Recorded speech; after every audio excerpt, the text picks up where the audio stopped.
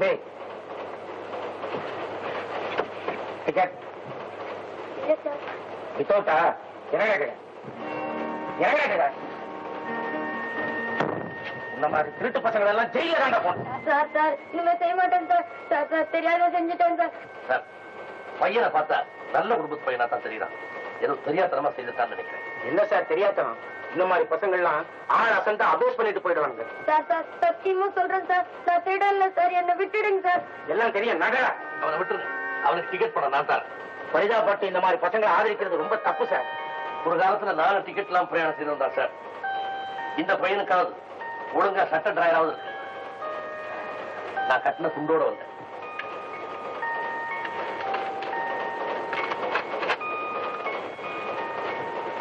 தம்பி வீட்டுல சண்டை போட்டு ஓடியா? ஆமா சார். பணம் தர்றேன், திரும்பி உன் வீட்டுக்கு போயிடுறியா? வேண்டாம் சார், நான் வீட்டுக்கு போன என்ன அடிச்சு கொண்டுடுவாங்க சார். அதோ பாரு அப்பா வந்துட்டாரு.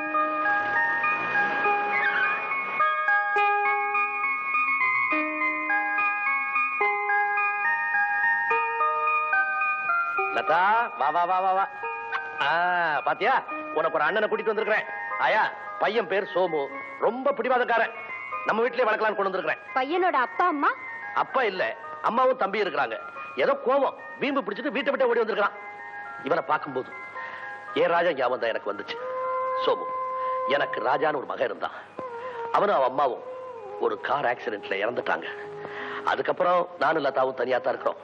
இனிமே நீதான் எனக்கு ராஜா, லதாவுக்கு அண்ணன். லதாவை உன்னுடைய சொந்த தங்கச்சியா நினைக்கணும், தெரியுதா? கும்பரம் முதலாளி. வா பாண்டியா. என்ன சரக்கெல்லாம் எப்படி போயிருக்கு? 10 டசன் டிரான்சிஸ்டர், 24 கேஸ் விஸ்கி போயிருக்குங்க. இதுல 25,000 ரூபாய் பணம் இருக்கு முதலாளி. பாக்கி சரக்கெல்லாம் தள்ளிடுறேங்க, வர்றேங்க. என்ன சொல் பாக்குறேன்? உழைச்சு சம்பாதிச்சு பணக்காரனானது ஒரு விதம், அதுக்கு பொறுமை வேணும். உழைக்காம சம்பாதிச்சு பணக்காரனானது இன்னொரு விதம், அதுக்கு தைரியம் வேணும். நான் இப்ப 2வது விதத்துல தான் பணத்தை சம்பாதிச்சுட்டு இருக்கிறேன். எல்லாத்தையும் உனக்கு நான் கத்துக் கொடுக்குறேன்.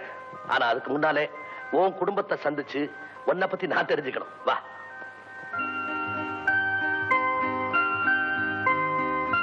அண்ணன் கணக்கு முடிச்சதுக்கு அப்புறம் உன் கூட விளையாடுறேன், தொந்தரவு பண்ண கூடாது.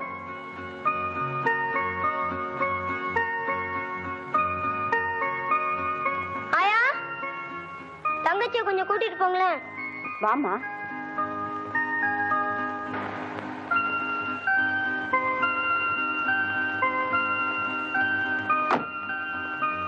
கணக்கு முடிச்சிட்டேன் மாமா. Very good. எங்க என்ன படி? Whisky 22 case, watch 240, transistor 36. கரெக்டா மாமா? நான் இனிமே உனக்கு மாமா இல்ல, அப்பா. சோமு, உன் வீட்டுக்கு போயிருந்தேன். நீ காணாம போன ஏக்கத்துல உங்க அம்மா படுத்த படுக்கையா இறந்துட்டாங்கப்பா. அம்மா அம்மா. அழாது சோமு, அழாது. உன் தம்பியை பத்தியும் விசாரிச்சேன்.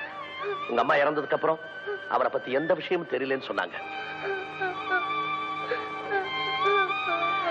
அன்னைக்கு வந்த மாதிரியே எனக்கு ஒரு மகன் வேணும்னு ஆசைப்பட்டேன் இல்லையா? ஆண்டவனா பார்த்து உன்னை என்கிட்ட அனுப்பிச்சு வச்சுட்டான். இத பார், உன்னை நான் கோடீஸ்வரன் ஆக்குறேன். உன் தம்பியும் எங்கேயாவது படிச்சு முன்னுக்கு வருவான். இனிமே நீ சோமு இல்ல, என் சொந்த மகன் ராஜா. ராஜா கிட்ட நான் கொஞ்சம் தனியா பேசணும். நீ இந்த அம்மா. டாக்டர் உங்களை தூங்க சொன்னார்ப்பா. தூங்கிடுறம்மா, சீக்கிரமே தூங்கிடுறேன். இத டாக்டர் சொல்லணுமா? நீ உள்ள போயிருமா?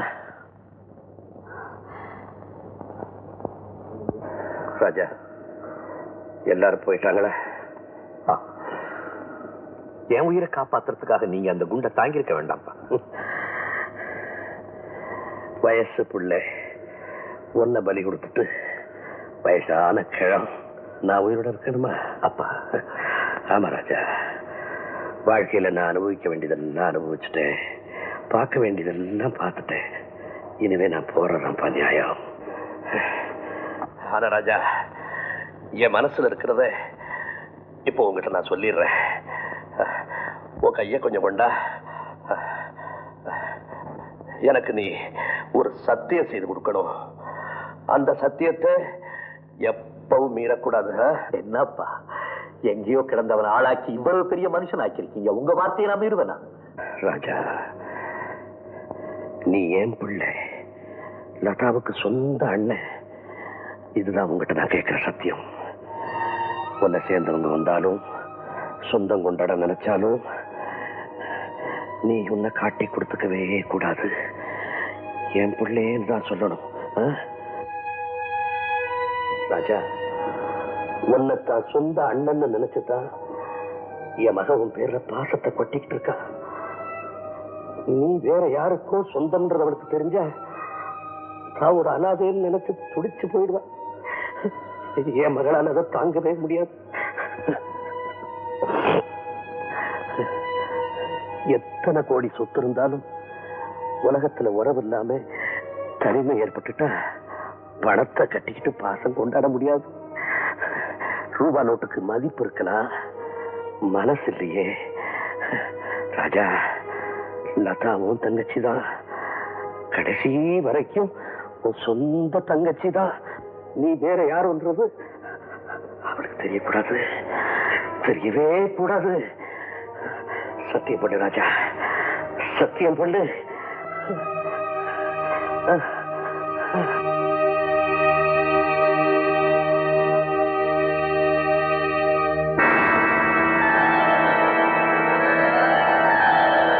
நான் என் வாக்க காப்பாத்திட்டேன்.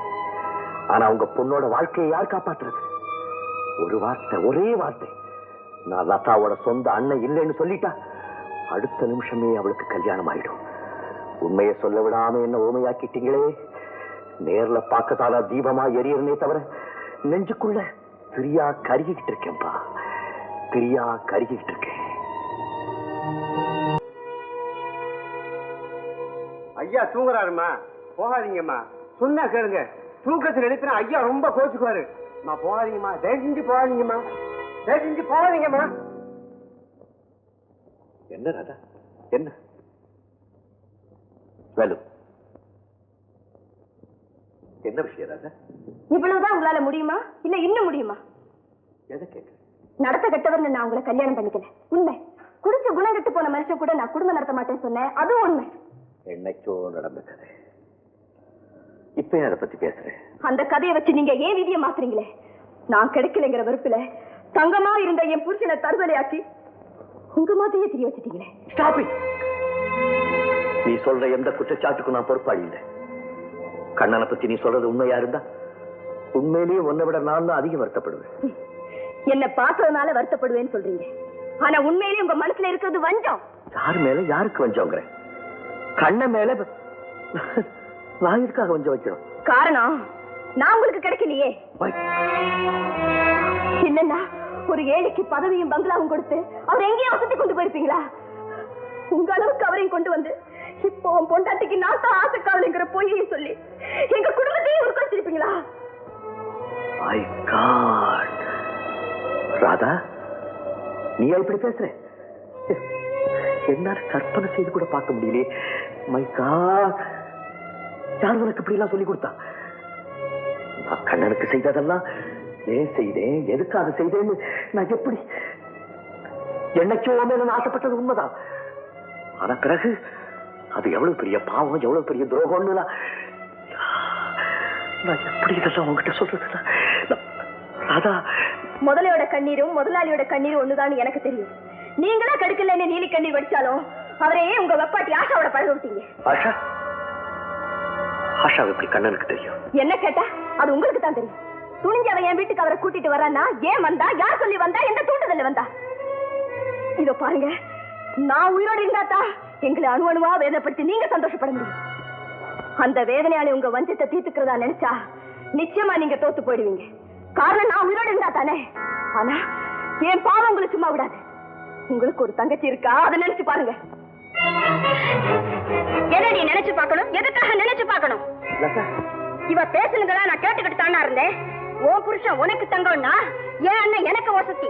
எவனுக்கோ உன்னை கொண்டாட்டி ஆக்கிட்டு அப்புறம் தான் உன்னை வஞ்சம் தீர்த்துக்கணுங்கிறது எங்க அண்ணனுக்கு அவசியம் இல்லை. தானா தூக்கிட்டு வந்து தாலி கட்ட அவரால் முடிஞ்சிருக்கும். உங்க அப்பாவே அதுக்கு துணை நின்ன போது ஊர் என்ன பண்ண நீதான் என்னடி பண்ணி இருக்க முடியும்? அதெல்லாம் ஏன் பேசுறேன்? ஏன் பேசக்கூடாது? தேடினது கிடைக்கலன்னு தியாகத்தை பண்ணிட்டு இன்னைக்கு தெய்வமா நிக்கிறீங்க. உங்க ஆசைக்கு அவ நெருப்பு வச்சாலும் அவ ஆசைப்பட்டவனே அவளுக்கு கல்யாணம் பண்ணி குப்பைய கோபுரத்தை கொண்டு வந்திருக்கீங்க. உங்கள போய் லதா, இந்த வாழ்வு தேவைன்னு நாங்க உங்களை வேண்டி நிக்கணும். பஞ்சமத்தில் எங்களை உட்கார வைக்கவும் வேண்டாம், இப்படி கொஞ்சம் கொஞ்சமா எங்களை கொல்லவும் வேண்டாம். குடிசையில வாழ்ந்திருந்தா குடும்பமா வாழ்ந்திருப்போம். பங்களாவை தந்தீங்க, எல்லாமே போயிடுச்சு. ராதா, இத மட்டும் கேட்டு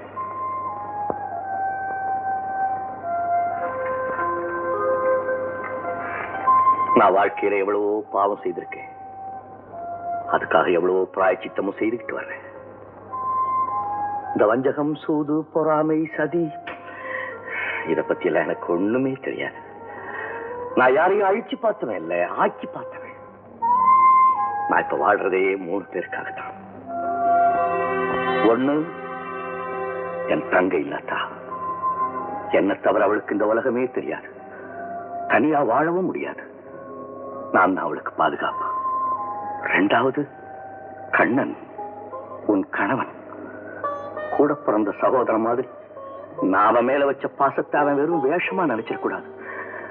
நிராதரவா தெருவில் சுத்திக்கிட்டு இருந்தவன் நிரந்தரமா சந்தோஷமா இருக்கணும்னு தான் நான் ஆசைப்படுறேன். வாழ்க்கையில் அவன் கெட்டு போயிட்டான்னா சத்தியமா சொல்றேன், என்னால உயிரோடு இருக்கவே முடியாது. 3வது, நீ கண்ணனுடைய மனைவி. நீ சந்தோஷமா இருந்தாதான் அவன் சந்தோஷமா இருக்க முடியும். உனக்கு ஞாபகம் இருக்கா, உங்க கல்யாணத்துல நான் தானே மாங்கல்யம் எடுத்து கொடுத்தேன். எப்படி? ஒரு தகப்பன் ஸ்தானத்தில் இருந்து. கண்ணனுக்கு நான் தகப்பேன்னா உனக்கு இதுக்கு மேல நான் என்ன சொல்ல போறேன்?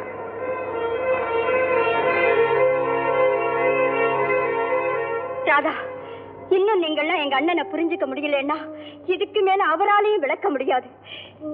எங்க அண்ணன் கண் கலங்கி நான் பார்த்ததே இல்லை. இப்போ நீங்க 2 பேரும் சேர்ந்து அவரை அழ வச்சுட்டீங்க. இது அவரோட போன ஜென்மத்து பாவமோ இல்ல இந்த ஜென்மத்தில் அவர் செஞ்ச பாவத்துக்கு உண்டான தண்டனையோ? ஒன்னே ஒண்ணு உங்ககிட்ட நான் கெஞ்சி கேக்குறேன், எனக்கு எங்க அண்ணன் வேணும். அவர் இல்லைன்னா என்னால இருக்கவே முடியாது. வீணா அவருக்கு வேதனையை உண்டாக்கினா அவர் தாங்க மாட்டாரு, பாவம் தாங்கவே மாட்டாரு.